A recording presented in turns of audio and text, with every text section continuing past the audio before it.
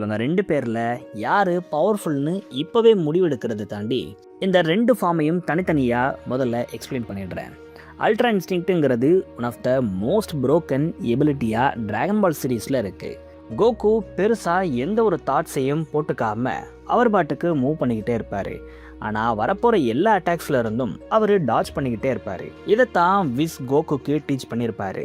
இது மூலமா வரப்போற அட்டாக்ஸ் எல்லாத்தையும் கோகுவால எந்த ஒரு பெரிய தாட்ஸையும் பண்ணாம ஈஸியா டாட்ச் பண்ண முடியும். அவருடைய அட்டாக் அதிகமா எஃபிஷியண்டா யூஸ் பண்ணப்படும். அதை தாண்டி அவருடைய ரியாக்ஷன் ஸ்பீட் ரொம்ப ரொம்ப அதிகமா இருக்கும். இதை நம்ம ஜீரனோட நடந்த அந்த ஒரு ஃபைட் அப்பவே பார்த்துருப்போம். ஜீரன் செம பவர்ஃபுல்லா இருந்திருப்பாரு.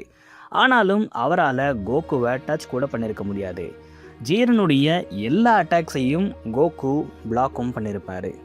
ஜீரனை விட பவர்ஃபுல்லான கேரக்டர்ஸ் யார் வந்தாலும் கோகுவால் இன்னும் கூட எஃபிஷியண்ட்டாக இதை யூஸ் பண்ண முடியும். ஏன்னா கோகுவுடைய பிரெயின் ப்ராசஸ் பண்ணுறதுக்கு முன்னாடியே அவருடைய ரியாக்ஷன் ஸ்பீட் இருக்குங்கிற மாதிரி மாங்கால சொல்லியிருப்பாங்க. ஆனாலும் கோகு இந்த ஒரு அல்ட்ரா இன்ஸ்டிங்க்டில் ஒரு சில தப்பை பண்ணியிருப்பாரு. என்னென்னா, எந்த ஒரு ஃபார்மில் இருக்கும்போது எமோஷன்ஸ் டேக் ஓவர் செய்யப்படவே கூடாது. முழுக்க முழுக்க கோகு ஒரு சைலண்ட்டான காமான ஸ்டேட்டில் இருக்கணும்னு தான் வீஸ் சொல்லியிருப்பாரு. ஆனாலும் கோகு அவருடைய எமோஷன்ஸை இதில் இன்டர்ஃபியர் ஆக விடுறதால அவரால் இந்த ஃபார்மை எஃபிஷியண்ட்டாக யூஸ் பண்ண முடிஞ்சிருக்காது. ஆனால் மாங்கால அதுக்கு கோகு ஒரு வழியை கண்டுபிடிச்சிட்டாரு. இது மூலமாக கோகு ஒரு எவல்யூஷனையே அடைஞ்சிட்டாருன்னு தான் சொல்லணும். ஆமாம், ஏஞ்சல்ஸ் மாதிரியே அந்த ஒரு பவரை காப்பி பண்ணுறதுக்கு பதிலாக கோகு அல்ட்ரா இன்ஸ்டிங்க்டை அவருடைய ஓன் சேன் ஸ்டைலுக்கு ஏற்ற மாதிரி அதை மாற்றிக்கிட்டாரு.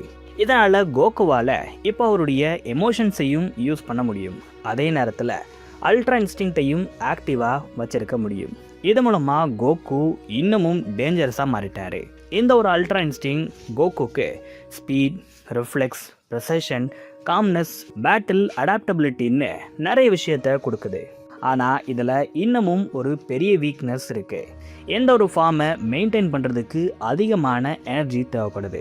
அதை தாண்டி ஒரு பவர்ஃபுல்லான அட்டாக்ஸை வாங்கிட்டா அது ஸ்டாமினாவை பயங்கரமாக அஃபெக்ட் பண்ணும். இது இல்லாமல் கோகு அதிகமாக ஃபோக்கஸை லாஸ் பண்ணுறதா சொல்கிறாங்க. இதனால் அவரால் லாங்கராக எந்த ஒரு பேட்டிலையும் பண்ண முடியாது. அப்படி பண்ணால் அது கோகுவுக்கு சாதகமாக இருக்காதுங்கிற மாதிரி சொல்லியிருக்காங்க. இதோடைய ஃபுல் வீடியோ கீழே லிங்க்ல இருக்குது, செக் பண்ணி பாருங்கள்.